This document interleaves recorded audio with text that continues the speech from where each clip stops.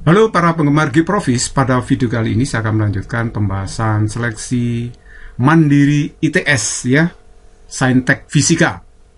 Balok dengan massa 1 kg terletak di atas bidang miring kasar dengan koefisien gesek kinetis 0,1 dan kemiringan bidang 37 derajat. Bidang miring tersebut bergerak pada lantai licin dipercepat dengan percepatan 2 meter per sekon kuadrat ke arah kanan. Berapakah percepatan relatif balok terhadap bidang miring? Jadi ini kemiringan bidangnya ya, diketahui 37 derajat. Nah, bidang miring ini bergerak pada lantai licin, bergerak ke kanan dengan percepatan 2 meter per sekon kuadrat. Nah, ini ada balok meluncur pada bidang miring ya, seperti itu. Nah, bidang miringnya ini kasar, koefisien gesek kinetisnya 0,1. Nah, kalau diketahui koefisien gesek kinetis, berarti asumsinya balok kecil ini pasti sudah bergerak pada bidang miring tersebut ya. Oke, nah yang ditanyakan percepatan relatif balok terhadap bidang miring tersebut. Nah, gimana caranya? Ini sangat mudah sekali. Saya gambarkan dulu gaya-gaya yang bekerja pada balok ketika dia bergerak pada bidang miring ya. Yang jelas ada gaya normal. Nah, terus kemudian ada gaya fiktif arahnya ke kiri. Gaya fiktif ini muncul karena ada percepatan fiktif atau percepatan semu yang arahnya ke kiri yang ditimbulkan oleh percepatan bidang miring yang arahnya ke kanan. Jadi nanti ada percepatan semu atau percepatan fiktif arahnya ke kiri. Jadi kalau begitu nanti menimbulkan gaya fiktif atau gaya semu, saya sebut aja F. Nah, nanti yang kita tinjau berarti pergerakan balok relatif terhadap kerangka acuan non inersial, yaitu berupa bidang miring ini ya. Oke, terus kemudian ada W juga, gaya berat balok, saya gambar di sini ya, yang arahnya ke bawah ini. Terus kemudian gaya-gaya ini harus kita uraikan, yaitu tegak lurus bidang dan sejajar bidang. Namun kita cari dulu sudut-sudutnya. Nah, sudut yang ini theta ya. Kenapa begitu? Karena ini theta, berarti ini 90 min theta. Sebelahnya kan theta ya, karena komplement. Nah, kemudian ini juga theta. Kenapa? Karena ini sudut sahadap. Sudut bidang miring theta, maka ini pun theta. Sama secara geometri. Nah, sekarang kita uraikan F-nya. Yang di samping sudut berarti sejajar bidang, itu komponennya adalah F cos theta, sedangkan yang tegak lurus bidang adalah F sin theta. Ingat, uraian vektor kalau di samping sudut pakai cos, cos sami sin demi gitu ya. Oke, terus kemudian ini uraian W yang samping sudut ini berarti pakai cos, W cos, yang lain berarti pakai W sin. Terus kemudian ada gaya normal, gaya yang tegak lurus bidang. Ya, karena benda ini menempel pada bidang, tentunya ada gaya normal yang tegak lurus bidang. Oke, nah sekarang saya hitung dulu gaya-gayanya F cos theta. Ini komponen dari gaya fiktif F. F cos theta itu adalah MA cos theta. Nah, M-nya adalah 1 kg, di mana ini massa baloknya. A-nya itu adalah 2. Nah, ini adalah percepatan dari bidang miringnya, arahnya ke kanan tadi, dikalikan cos 37 karena kemiringannya 37 bidangnya. Jadi cos 37 itu 0,8 kalau saya kalikan 1,6 Newton. W sin juga saya hitung, W itu M kali G ya, kali sin theta. M-nya 1, G-nya 10 sin theta berarti sin 37. Sin 37 0,6 berarti hasilnya 6 Newton. Nah, W cos theta juga saya hitung, MG 1 kali 10 cos theta, cos 37 itu adalah 0,8 berarti 8 Newton. Nah, kemudian F sin theta-nya saya hitung juga, MA sin theta. Ingat ya, gaya fiktif atau gaya semu itu adalah M kali A. Jadi M itu massa baloknya. Jadi kalau gitu M 1, A-nya 2, sin theta, sin 37 berarti ini 2 kali 1, 2 kali 0,6 ya, berarti 1,2 Newton. Nah, ini hasil-hasilnya saya kumpulkan ya. F cos sudah saya hitung tadi, F sin, W cos juga sudah dihitung semua. Ini hasilnya kan tadi ya. Oke, sekarang normalnya saya hitung. Normalnya di sini ya, itu adalah sama dengan gaya lawannya ini, F sin theta ditambah dengan W cos theta. Jadi normalnya F sin theta plus W cos theta. Nah, F sin theta sudah tahu, yaitu 1,2. W cos theta itu 8, berarti 9,2 Newton. Nah, sedangkan gaya gesek kinetisnya adalah mu k kali N. Mu k-nya tadi 0,1. Normalnya 9,2, berarti 0,92 Newton. Gaya gesek kinetis ini memang kecil banget ya, tidak sampai 1 nilainya. Oke, nah masalahnya sekarang benda ini bergerak kemana? Kan bisa naik, bisa turun. Tapi harus kita bandingkan W sin theta dengan F cos theta ini dulu, supaya naik turunnya tahu. Nah, kalau kita lihat, perhatikan baik-baik di sini ya. W sin theta itu kan lebih besar daripada F cos theta. W sin theta tadi adalah 6 Newton, F cos theta itu cuma 1,6. Nah, karena komponen yang menarik ke bawah, komponen gaya yang menarik ke bawah ini lebih besar daripada yang miring ke atas ini, maka automatically balok akan turun. Ya, balok akan turun dengan percepatan relatif sama-makan AR terhadap bidang miring, gitu kan ya. Oke, jadi kalau begitu, saya bisa menghitung berapa percepatan relatifnya pakai sigma F M kali AR hukum 2 Newton. Nah, sigma F-nya gimana? Sigma F-nya berarti W sin theta. Gaya geseknya itu berlawanan ya dengan gerak benda, yaitu arahnya naik ya, seperti ini kalau saya gambar. Jadi kalau gitu W sin theta positif karena searah percepatan, F cos theta negatif karena melawan percepatan, FK juga negatif karena melawan percepatan, sama dengan M kali AR. Nah, terus kemudian W sin-nya adalah 6, F cos-nya 1,6, FK-nya 0,92. Nah, M-nya 1 kali AR. Nah, ini AR-nya kalau dihitung ketemu 3,48 meter per sekon kuadrat. Itulah percepatan relatif balok terhadap bidang miring. Jadi jawaban yang tepat adalah A. Nomor 2, lip dengan tinggi 3 meter bergerak ke atas dengan percepatan 2 meter per sekon kuadrat dari keadaan diam di lantai dasar gedung bertingkat.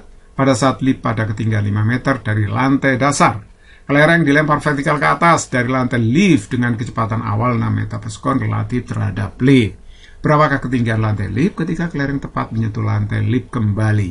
Jadi maksudnya begini. Ini lift ini mula-mula di lantai dasar. Ya, yang kotak itu lift ya, mula-mula di lantai dasar, kemudian bergerak naik, dipercepat dengan percepatan konstan ini maksudnya ya, 2 meter per sekon kuadrat. Ketika pada ketinggian 5 meter terhadap lantai dasar, maka kelereng dilemparkan vertikal ke atas. Nah, nanti kelereng itu akan kembali lagi ke tanah gitu ya.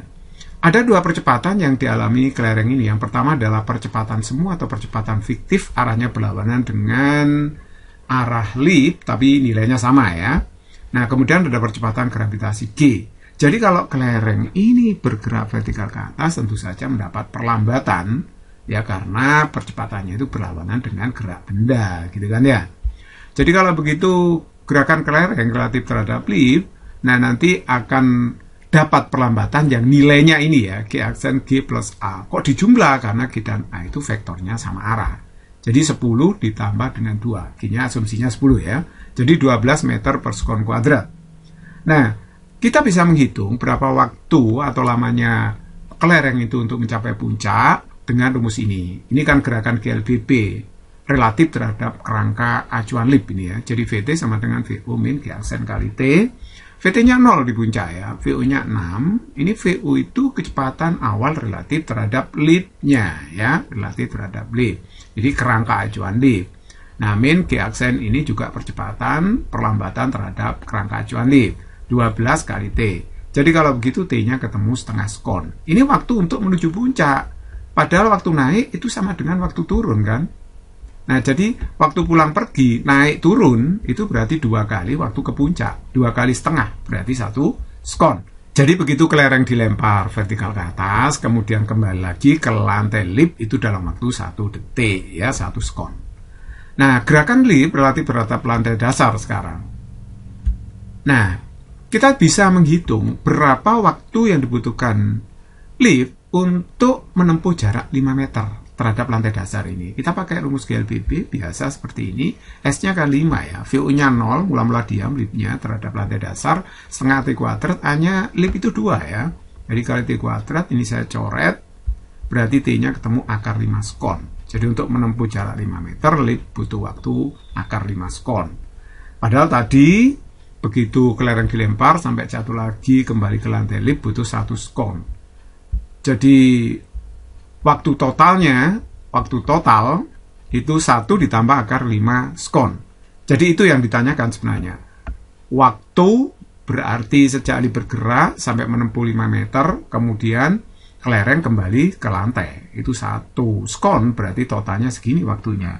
Nah, sekarang kita bisa menghitung berapa jarak tempuh lip dalam waktu ini ya, dalam waktu 1 plus akar 5 sekon. Pakai rumus GLBB, S itu VOT plus setengah T kuadrat. Jadi VO-nya itu 0 mula-mula dalam keadaan diam di lantai dasar, lipnya T waktu totalnya adalah 1 plus akar 5, kemudian setengah A, percepatan lipat adalah 2, T-nya 1 plus akar 5 kuadrat. Jadi ini hasilnya adalah, ini 0 ya, ini 0, setengah kali 2, 1. Jadi 1 plus akar 5 kuadrat.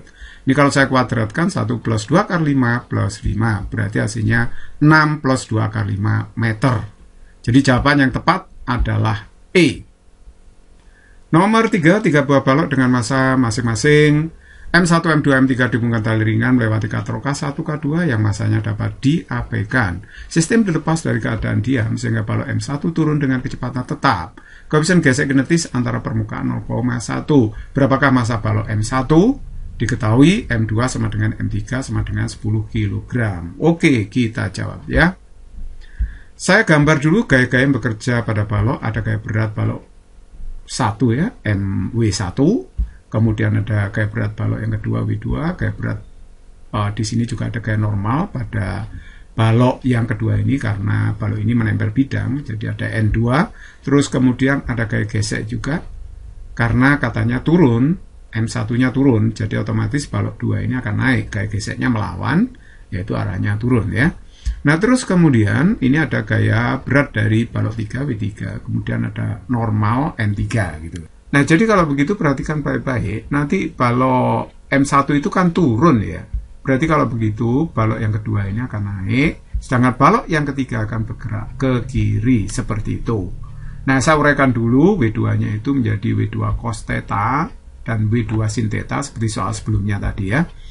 Nah, saya hitung dulu N2-nya sama dengan W2 cos theta 100 kali cos 53 karena W2 itu 10 kali 10 ya, G-nya 10. Jadi 100. M kali G itu ya. Jadi 100 cos 53, cos 53 0,6, jadi hasilnya 60 Newton.